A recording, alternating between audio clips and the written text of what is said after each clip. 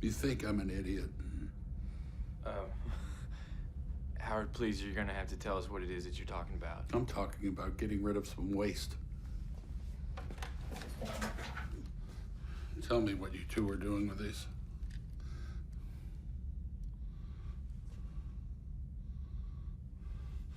You tell me what you two are planning Howard, right now. Listen, just take it easy. Take it easy. Calm down. No. Howard, come on, please, I'm Howard. giving you one chance.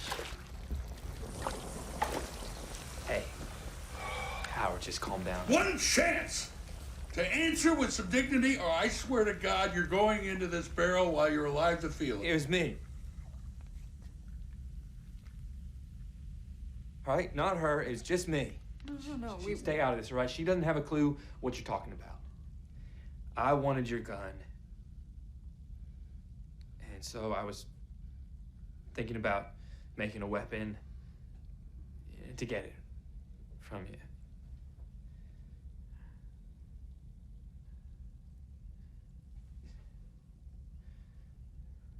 I want her to respect me the way that she respects you. I'm not saying that I was right, okay? And I'm sorry.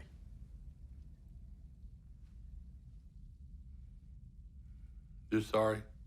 I'm sorry. I accept your apology.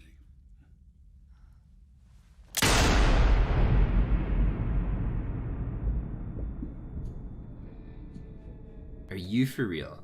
This and 10 Cloverfield Lane, in my opinion, was not only John Goodman's strongest scene, but by far one of the strongest scenes in the entire movie.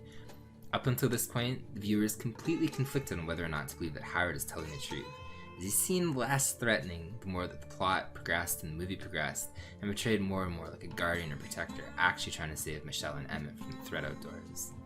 But we're equally conflicted and led to believe that Howard is capable of, maybe murder, was psychologically deranged after all. At this point in the movie, up until seconds after Howard accepts Emmett's apology, either theory could go in either direction and be completely correct. Now look, I'm not a movie guy at all.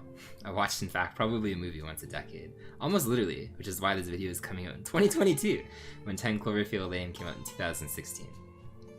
About a week ago, my girlfriend and I watched two movies, 1 Hour Photo and 10 Cloverfield Lane.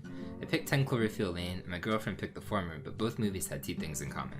Evil characters played by actors who normally play funny man types, Robin Williams and John Goodman. I'm not really going to talk about characterization or the plot, since you've probably seen the movie if you're watching this, because you probably watched more than one movie a decade, unlike me. But if you haven't, it's worth it until the ending just to see John Goodman's performance. Quickly summarized, there was a trio of characters, Michelle, Emmett, and Howard, and they all worked and grew together in the movie, and then the ending sucked. Like, it sucked, man. I was invested. My girlfriend and I were both invested, and I think it was particularly sad because of two reasons, which I want to throw out there to the internet. Because I feel there's a perfectly good ending already filmed in the movie before they decided to tie it to Cloverfield. I think one of the saddest and most criminal things about 10 Cloverfield Lane is although Goodman had time to shine and really develop a character on screen, at the same time he was severely deprived at further characterization that arguably could have turned this into a pseudo masterpiece, especially towards the end. Look at Howard's facial expressions and how he listened to Emmett before accepting his apology and then shooting him in the head.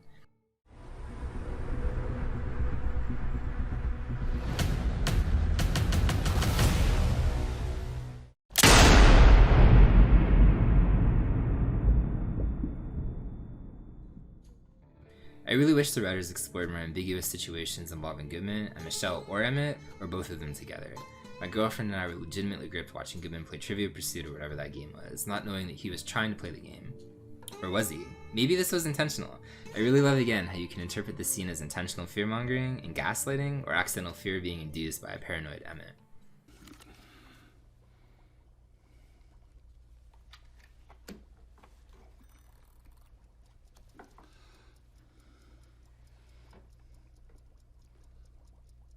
I'm always watching. Always.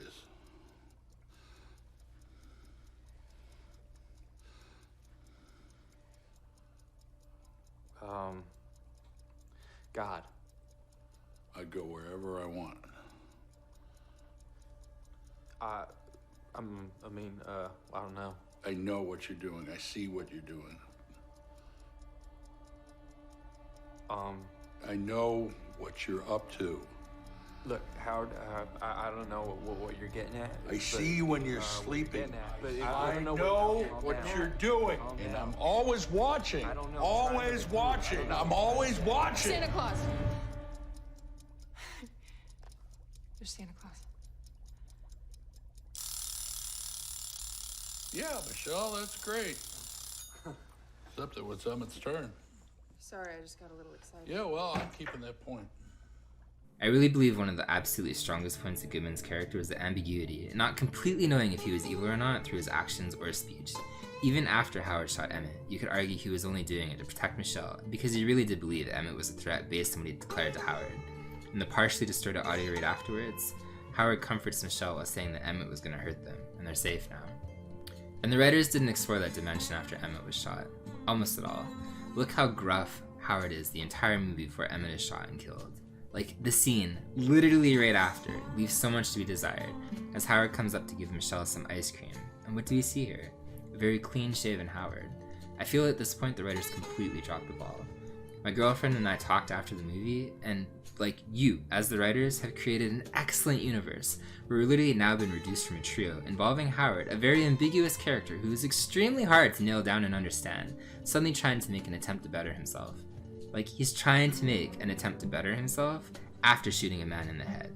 He shaved, and why? To impress Michelle? To appeal more to her? Like, what was the reasoning behind here? You could have explored so many deranged, uncomfortable, or even wholesome angles between these two characters, and were forced to endure it as the viewers, as the only two characters left, or even went back to explore more about Howard's daughter. At this point, you literally peaked the movie higher than any expectation we had for it. We were absolutely in your hands to shape and mold. And almost as suddenly as we saw Harold trying to change, what happens? Aliens and No, for real. The ending starts happening whether or not we wanted it to, and it does indeed involve aliens. It's such a trashy tie into the first movie and completely ruins the atmosphere, characterization, and growth of Goodman. And it's a shame, because I really do believe this movie could have been a masterpiece if they just ended the movie with the same tone that they had begun with: ambiguity. Normally, ambiguous endings sometimes piss me off, but here's how it would have ended if you had to have this entire chase scene with Howard and Michelle and making Michelle run outside.